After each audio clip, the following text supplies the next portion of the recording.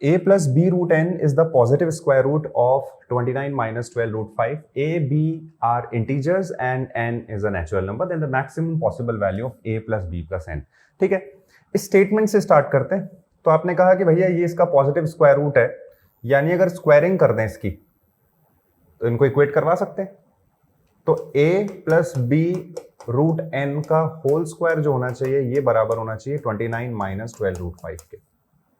भाई आप जब इसका स्क्वायर रूट ले रहे हैं तब ये आ रहा था, तो अगर स्क्वायरिंग कर देंगे बोथ साइड तो इक्वल हो जाना चाहिए. This is the first step, right. अब आप इसकी स्क्वायरिंग कीजिए तो ये बनता है a square plus b square into n plus का 2ab root n.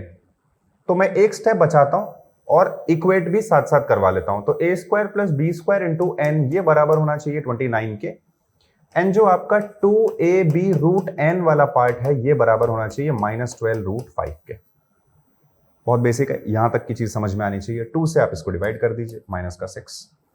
Now a into b into root n जो है ये माइनस का 6 रूट 5 के बराबर है. And your job is to maximize the value of a plus b plus n. ठीक है, तो हम एक चीज यहां नोटिस करते हैं कि a b की क्या क्या वैल्यूज पॉसिबल है. तो एक केस में वैल्यू पॉसिबल है, लेट्स से कि a की वैल्यू आपने 1 कर दी, b की वैल्यू आपकी हो जाती है 6, राइट. अब माइनस में अभी इसलिए नहीं ले रहा हूं क्योंकि यहां जब हम इसको इक्वेट करवाएंगे तो a square plus b square करेंगे, दोनों ही वैल्यूज अल्टीमेटली पॉजिटिव होने वाली है. तो एक बार मैं साइन मेरे लिए मैटर नहीं कर रहा अभी के लिए, for now, right. But then जब मुझे इसका पॉजिटिव स्क्वायर रूट चेक करना होगा कि ये पॉजिटिव वैल्यू आ रही है या नहीं, then it will be important for me, right. तो एक बार सॉल्व करते हैं. तो 1 and 6 हो सकता है, या फिर ये 6 ये 1 हो जाएगा, एक पॉसिबिलिटी है. एक केस में ये 2, एक केस में 3 हो सकता है, ये 3 and 2 हो जाएगा. बट आप जब ये चारों में से कोई भी केस पिक करते हैं तो इन दैट केस इसकी वैल्यू मैक्सिमम नहीं आती है. क्यों? क्योंकि आपका n जो है वो सिर्फ 5 बनता है. यानी your job is to firstly maximize the value of n.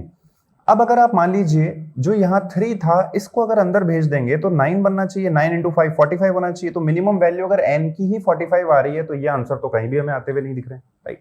यानी हम क्या करते हैं, 2 को एक बार अंदर भेज करके देखते हैं. तो रूट में अगर 2 जाएगा तो that should be 4 into 5 will be 20. यानी यहां से हमारी n की वैल्यू हो जाती है 20. और अगर n की वैल्यू 20 होती है तो देन वी हैव 2 पॉसिबिलिटीज. या तो ये आपका 1 होगा तो in that case this should be 3, right. या फिर ये आपका 3 होगा तो ये होगा 1. अब वो नेगेटिव साइन वाली जो बात है वो भी हम यहां पे कंसीडर कर सकते हैं. पहले हम एक बार इसको इतना सॉल्व करते हैं. तो अगर हम ध्यान से देखें तो this part is still there. अब अगर मान लीजिए a की वैल्यू हम 1 लेते हैं और b की वैल्यू 3 लेते हैं तो 9 इंटू 20 ये तो क्रॉस कर जाएगा इसको, यानी ये केस एलिमिनेट हो जाता है. a की वैल्यू जाती है 3 एंड b की वैल्यू जाती है 1. तो 3 का स्क्वायर बनता है 9, b की वैल्यू होती है 1, 1 इंटू 20 प्लस 9 29. यानी ये सेटिस्फाई करता है.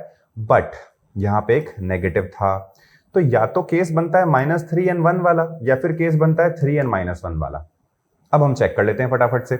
तो अगर मान लीजिए कि आपने a को -3 लिया और b को आपने 1 लिया, यहां पुट करते हैं तो ये -3 हो गया और b आपका 1 हो गया, ये बन गया √20. तो √20 जो है नेचुरल सी बात है 3 से बड़ा होगा तो ये पॉजिटिव वैल्यू आएगी. लेकिन अगर आपने a को 3 ले लिया यहां पे और b की वैल्यू -1 हो जाती है तो ये बनता है 3 - 1 इंटू √20 विच इज माइनस का √20.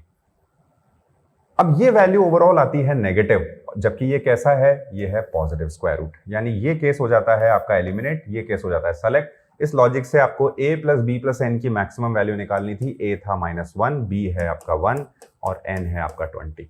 सो 21 - 3 दैट बिकम्स 18. इसी के साथ आपका आंसर हो जाता है सी ऑप्शन.